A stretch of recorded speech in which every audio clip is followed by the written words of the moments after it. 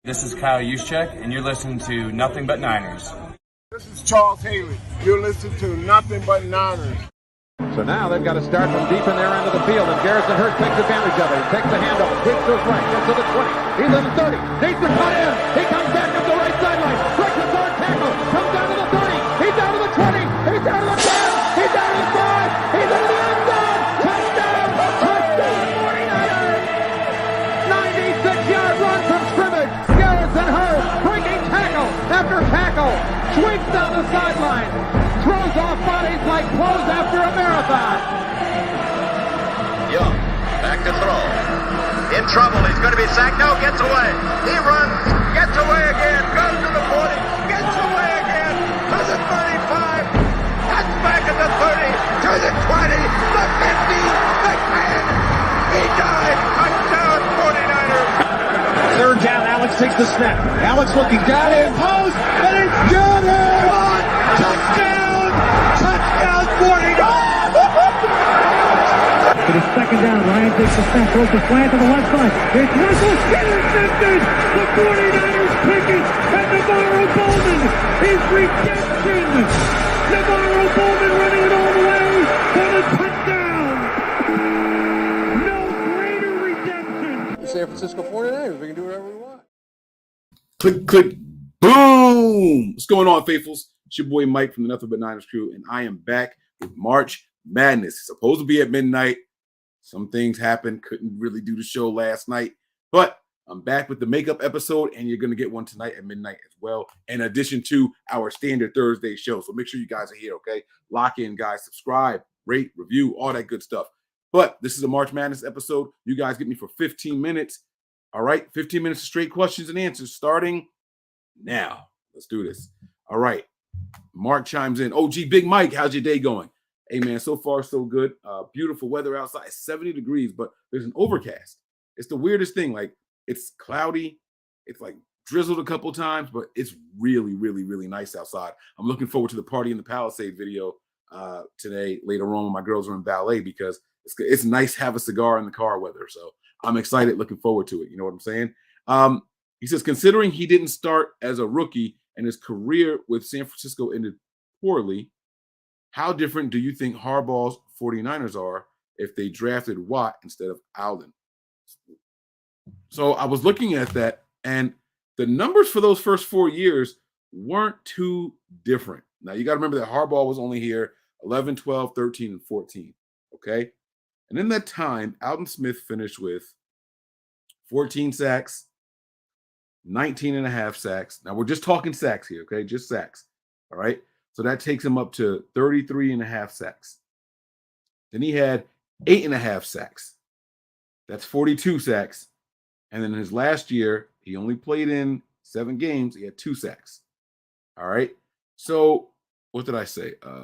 33, 33 and a half, 42, 44, 45. So that's 45 sacks in 4 years, which, by the way, on an average is pretty solid, right?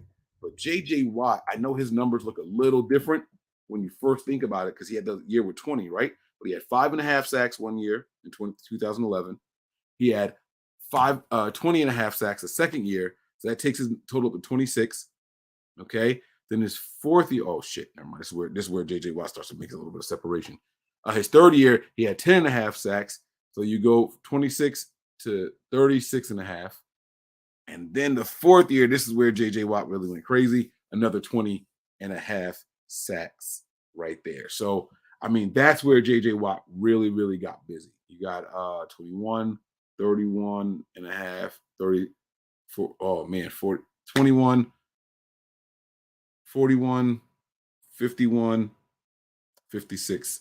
So he finished with 56 sacks in those 4 years. So I don't think it would have been that big of a difference. I'll be completely honest with you, because Harbaugh's team wasn't missing a pass rusher. You know, we had guys still carrying their weight, even though it was a 3-man front. But you still had the outside linebackers doing their thing. Ahmad Brooks was nobody to like just scoff at. You know what I mean? He was in there. They had the rotation with Aaron Lynch, something Lynch. What was his name? Aaron Lynch?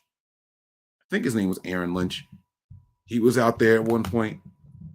Aaron Lynch. Damn, now you testing me, bro. I can't even remember. Yes, his name was Aaron Lynch. Now, let me just see what year he was with the Niners, because that's what I'm trying to figure out. Yes. Yeah, 2014. He was the rotational guy. Okay, yeah, he was a rotational guy. So we had some good sack people. It wasn't sacks. It wasn't quarterback pressures. We always got pressures, even down the stretch there. So I don't think it would have changed too much of Harbaugh's fortunes here. All right, guys, type your questions, okay? You guys don't see it right there. March Madness, type your questions for 15 minutes. I'm doing rapid fire, or try to do rapid fire, okay? So keep the questions coming. No need to pay. No need for contributions or anything like that. I got my eye on Twitter just to make sure there's no breaking news that I need to give to you guys. Although I am getting, I was gonna say I am getting tagged in something, but nope, that's not breaking news. So, all right.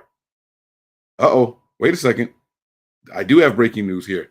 The 49ers picked up fullback Kyle Juszczyk's option for the 2023 through 2025 seasons per source.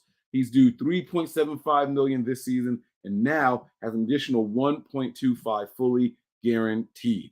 So the 49ers, breaking news, guys. 49ers making some breaking news right now for Kyle Juszczyk, our fullback. All right. So I wonder if this means that they can work around some of that money now. I mean, he don't have a whole lot to work around in the first place. But I like that, man. Fully guaranteed in 2023. All right. So there you have it, man. That's Tom Pelissero tweeting that out right there. Look at that. See, someone told me just grab the phone, take a look, see what was going on, and boom, right there. 49er news. All right, let's get back to these questions here. Mark says, if you can go back to 2013, would you be okay if the Niners got blown out by Seattle in the championship game if it meant Bowman never gets injured? How different is 2014 if Bowman is healthy? Oh, you're going to make me say it, man. All right. I don't think 2014 was going to go the Niners' way. The quarterback position wasn't really the best. They tried to make Colin Kaepernick this pocket guy. They wanted to harness how much he was running. And, naturally you want Colin Kaepernick to improve as a pure passer. But forcing him to do it are two different things. And I didn't really like what I saw from him as a quarterback that season. So I don't think Bowman had anything to do with it. The offense had to go out there and really kind of like the 49ers this past season, right? It's cool when you got guys out there and they're doing their thing. Our defense played top 3 level defense all year long until they got tired. The offense has to do something to help out every once in a while. And getting 17 points a game is not the way to do it. All right. Have you considered getting any of the Harbaugh Niner players on the show? Would love to see NBN interview someone like Cowboy Smith, Whitner, Sopowaga, Willis. Will NBN be live for the draft? So the last question is yes, we will be live for the draft. And we have had players on from the Harbaugh regime. All right. So you have to go back and look through. We had some starting players from the Harbaugh regime on here, believe it or not. Trent Brown was a starter with Jim Harbaugh. Was it? No, wait, never mind. That wasn't Jim Harbaugh. I don't think it was Jim Harbaugh. Never mind. I might be wrong there. Damn, man. That's a good question, though. But we stopped reaching out for players a while ago. But that is something that we can look into again. It just wasn't something that was really like, let me not say anything negative. But we'll look into it. We will look into it, all right?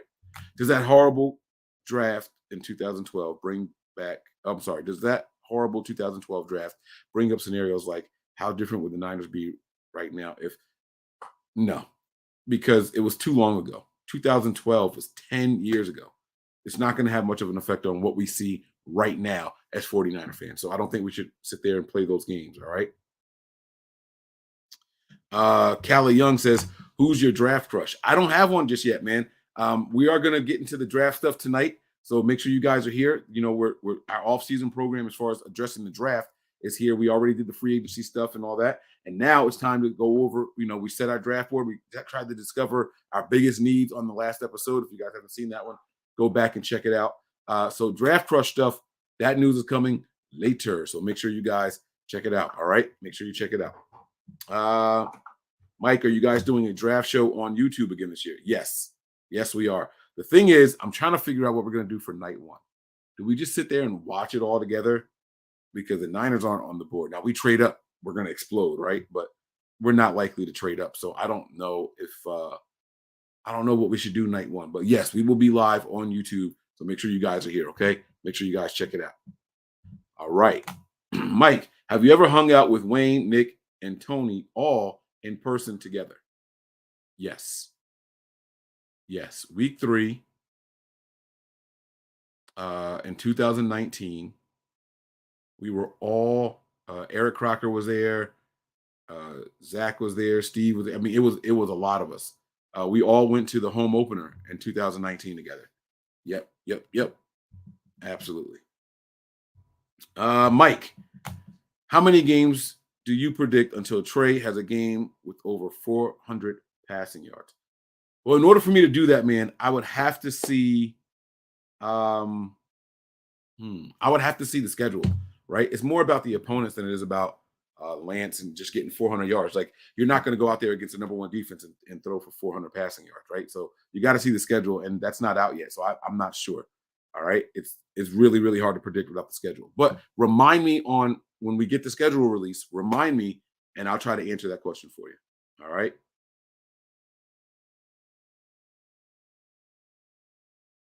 All right, let's see here. Callie, here we go.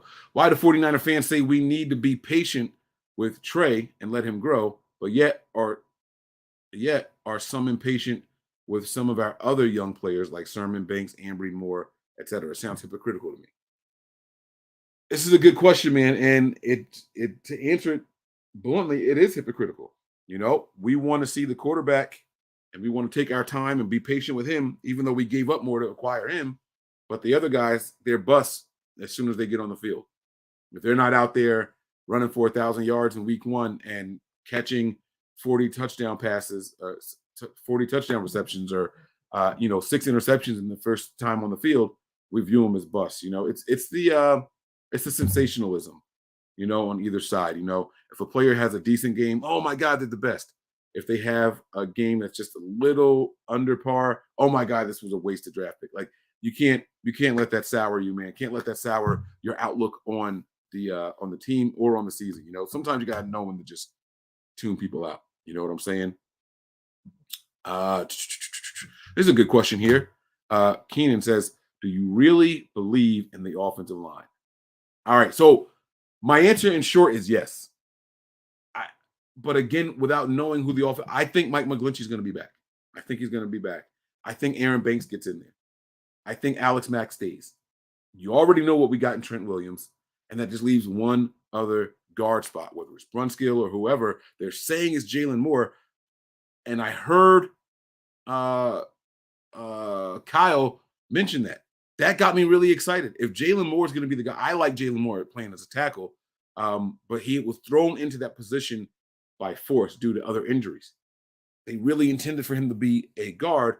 Now that was it Kyle or Lynch that said that? I forget which one it was, but that's exciting. And if that's the case, that is a nasty, physical offensive line. Yeah, I really do believe in the offensive line. If we get that line back, where it's Trent Williams, Aaron Banks, Alex Mack, Jalen Moore, and Mike McGlinchey, the NFL is in trouble. The NFL is in trouble in that situation, man. All right, let's see here. What do we have here? Yep. We talked about Juice. All right. Sup, my guy says, anyone still holding out hope that Sherm tweet about B Wags means he's coming to San Francisco? I personally do not hope that, and I don't think that. In fact, Richard Sherman did tweet out he's not coming to San Francisco, or it's not the Niners, or something like that. He did tweet. But we shouldn't want Bobby Wagner here. He doesn't upgrade us over any of our starting 3 linebackers. I know that sounds like blasphemous to say about an all-pro, Pro Bowl, Super Bowl winning linebacker, right? But the truth is still the truth. He's not an all-around upgrade over Azeez or Dre Greenlaw. And he's definitely not an all-around upgrade over Fred Warner. Sounds blasphemous. I'm sorry, but it's the truth. All right. Keenan says, do you think we will sign Tart? I think that if we go after Tart, it will be after the draft. Tart's not going to have a big market due to how many games he consistently misses. And teams aren't going to want to invest anything in him now because he's going to get more money now than he would later. So the longer you wait to sign him, the cheaper he becomes as a free agent, right? And teams also aren't going to want to invest anything in him until they go to the draft. There's 6 or 7 safeties that teams like that they might be able to get their hands on before signing a guy like Tart. And Tart's he's good enough where he's gonna start on whatever team he gets. He's not gonna be beat out by a rookie, right? So let me be clear here. It's not about talent, it's about availability. Do we take a guy who is, if Tart is rated out at an 8.5 as a player, do we take a guy who is a 7.0 and assume that he's here for 16 games, or do we take the 8.5 and assume we're only going to get him for 6 to 9 games? You know, so I think teams are weighing that out, but I do think it's possible that we can bring Tart back. All right. Are we looking into a kicker? I don't know, but we should be. We should be. I don't know if that's the case. Robbie Gould's contract is a little hard to get out from under, but Mitch Wisnowski's isn't. And there is a two-way kicker punter in this draft that if we get them and we can trade one of those guys and then we can cut the other guy and it'll actually be cheaper. There is a way to do it, but you got to get the guy, that kid, Ariza, you got to get him because he's a kicker and a punter. That's the only way to really save money. All right. Mariah, what's going on, homie? What's good, Mike? Everything is good, man. Everything is good. Never any complaints. All right. Callie says, does Arian stepping down open the door for a Brady trade dialogue? It does not. I completely believe that Brady was well aware of what was going on. And Brady worked very, very closely with their coordinator. God, I'm drawing a blank now. He worked very, very closely with their coordinator all year last year, so that the way the system stays the same. There's no need for him to move. Do I have your blessing to name my next dog Niner? Absolutely. Sure. Go for it. You want mine? If you want mine, shoot me a DM, okay? Let's see. We got a couple more seconds here. This will be the last one. Do we think Debo's health holds up? Debo had his first healthy season last year and only missed one game? Maybe 2. I think Debo can continue at that pace. I do. So I'm going to say yes. If by holding up you mean what it was last year, it was his best year as far as all types of production. It was his best year as far as availability. I do think what we saw last year is sustainable for the young stud in Debo Samuel. All right. So guys, that's going to do it. Thank you all very much.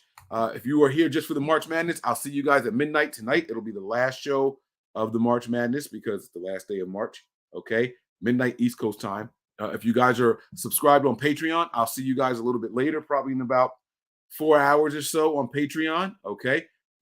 It's Thursday, so that means Party in the Palisade video. And if you guys are just regular subscribers here on the YouTube page, we'll see you guys for our regular Thursday show. All right. So you guys got a lot of stuff coming your way. All right. Make sure you guys are locked in and tuning in. Okay. We'll see you guys soon. Prepare for glory, anticipate pain, but always remain faithful. I'm out of here. 1. We all gas, no brakes, pumped up, no fakes. We spinning, we winning, we high stakes. We never miss, we all makes. Look at us dudes trying to prove, bringing you news with nothing to lose. Mike, Nick, Tony, Wayne, Method Man, we bring the pain. Hey, see, I'ma confess it. We under the pressure. If you looking to find us, we them nothing but Niners. We nothing but Niners. We nothing but Niners. We nothing but Niners. We nothing but we them nothing but Niners.